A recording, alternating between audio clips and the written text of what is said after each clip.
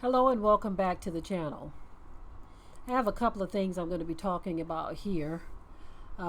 The biggest portion of this is the twerking on top of the ambulance. But there was something else about this story that I found to be kind of interesting.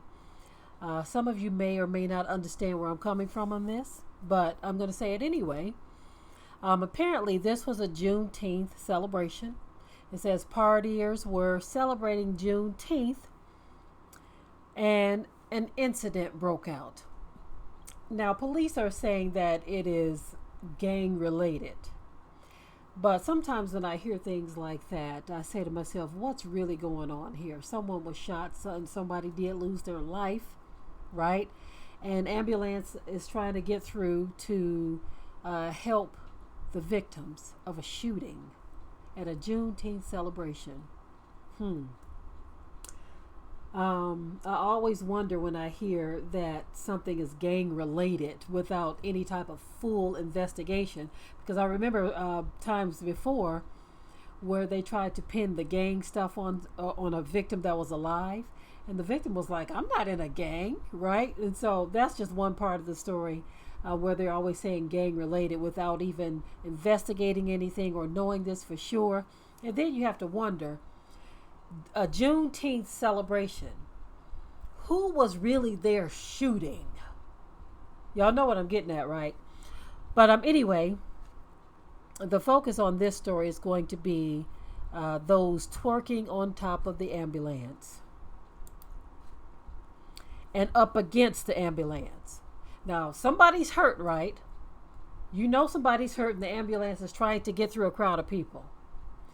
The fact that they're being blocked is one thing, okay? You know somebody's hurt and the ambulance is trying to get through and you won't let them through. That's one thing. But then you have another group of people who decided, you know, I'm going to take this as an opportunity to climb on top of this thing and I'm going to twerk and shake my behind. And you have these other young women on the side of it twerking and shaking their behind, not understanding or even paying attention to the real situation, the very real situation of the loss of life.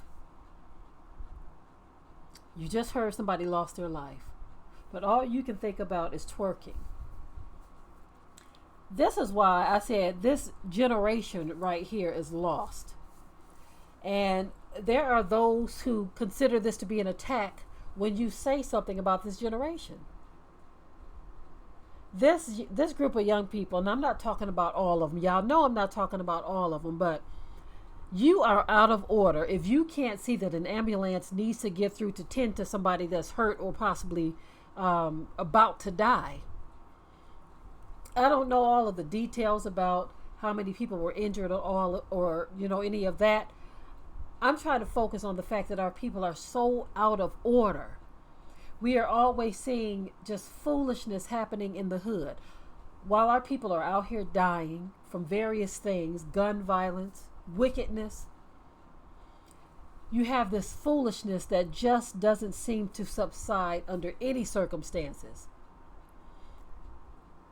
Can we take anything serious as a people? Was it that important that you shake your behind? As a matter of fact, let me just go ahead and roll this video. Let me roll this for you. And you all will see for yourself what I am talking about. Hold on one second, y'all. Partiers celebrating Juneteenth in Northern California were seen blocking an ambulance, with a woman twerking atop the vehicle, despite responders trying to navigate through the scene to transport victims of a shooting in which one person was killed and several others were injured. The Oakland Police Department believes Saturday's shooting at Lake Merritt was gang-related and multiple shooters are being sought, the department said Monday. An estimated 5,000 people were gathered near where the incident occurred in the 2200 block of Lakeshore Avenue just after 6:20 p.m., police said. A 22-year-old San Francisco man was killed and 7 people were injured, police said. The victims range in age from 16 to their mid-60s and are in stable condition, Oakland Police Chief Lauren Armstrong told reporters Monday. As first responders were trying to make their way through the scene following the shooting, several people began dancing and twerking against and on top of their ambulance, while a large crowd watched and cheered, according to footage of the incident posted online. At one point, someone climbed on top of the vehicle and a woman danced while standing on the hood. The fact that we had several people shot and injured, we had people who continued to dance on and around ambulances, preventing the ambulances from leaving the area to get people to hospitals so that they can be treated, Armstrong said. He noted that some people helped the responders make their way through the crowd. We also had some people that stood up, that actually helped out and helped open up traffic, he said. We thank them for their efforts. In a statement, Mayor Libby Schaaf condemned the latest act of gun violence. See, for this younger generation, everything is about fun and games. Fun and games. Even when something serious is happening, they don't take anything serious. You have someone who is injured or about to die, ambulance trying to get through, and everything is about fun and games. Y'all on top of the ambulance and on the side of the ambulance twerking. It was that important that you shake your behind and that whatever man it was get all up on you. That is filth on display. You right there in the streets, people filming, everybody got their cameras out, everybody think it's fun and games, laughing, twerking. It's a big joke. Life is a big joke. And yet you have young people today who don't want you saying nothing to them about the mess that they get involved in. Despite what I might think about the shooting that happened, who may have actually done it, despite all of that, our people need to understand that we cannot continue to display this type of foolishness, right? And then when we see it happening, we've got to openly rebuke this stuff. You got all these people talking about, well, pray for the young people instead of always putting them down. This ain't got nothing to do with putting nobody down. We're talking about the wickedness in the black community. What do you mean putting them down? And when you say pray, I told y'all what that actually means and how the Most High looks at that. When you pray for someone, understand how Yah looks at that. He's not thinking of it like you are. You think that when you pray for somebody that they're going to magically stop their wickedness. Usually what happens is the Most High has to intervene to cause a person to stop their wickedness. And it's not like you think it is. We think that you're just going to pray, and then all of a sudden the person's going to wake up one day and say, oh, I'm not going to be wicked anymore. Usually the Most High have to send a storm, a test, a trial to cause a person to come to themselves and say, you know what, I got to stop this. Or some incident that happens so fierce in their life to where they realize, man, I came this close to going to jail. I came this close to getting killed. I came this close to this, came this close to that. It's usually like that. That's usually what your prayer does. We got this misunderstanding about prayer and supplication and dealing with the Most High, right?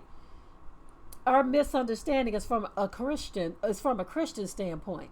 But usually when you activate Yah through prayer, you saying, I want you to save my son, I want you to save my daughter.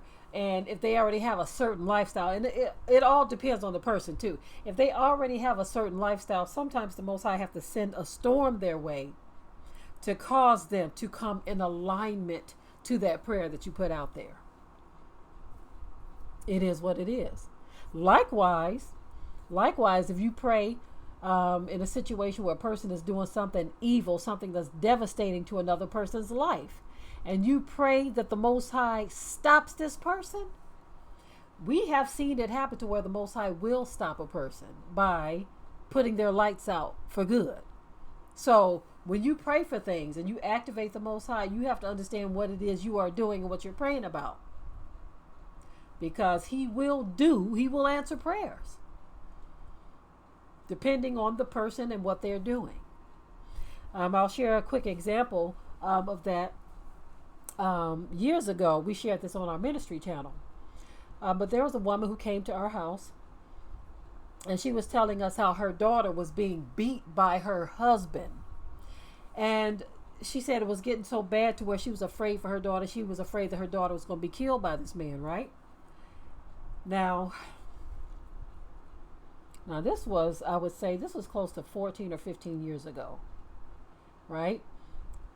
When this woman told us what was happening to her daughter, this is what my husband said to this woman. She said, he said, you can pray that the Most High removes him out of her life. And she said, what do you mean? Kill him? Kill him? And my husband said, you could just pray that the Most High remove him out of her life. She says, well, I don't want nothing bad to happen to him. What ends up happening, this man continued to beat her daughter.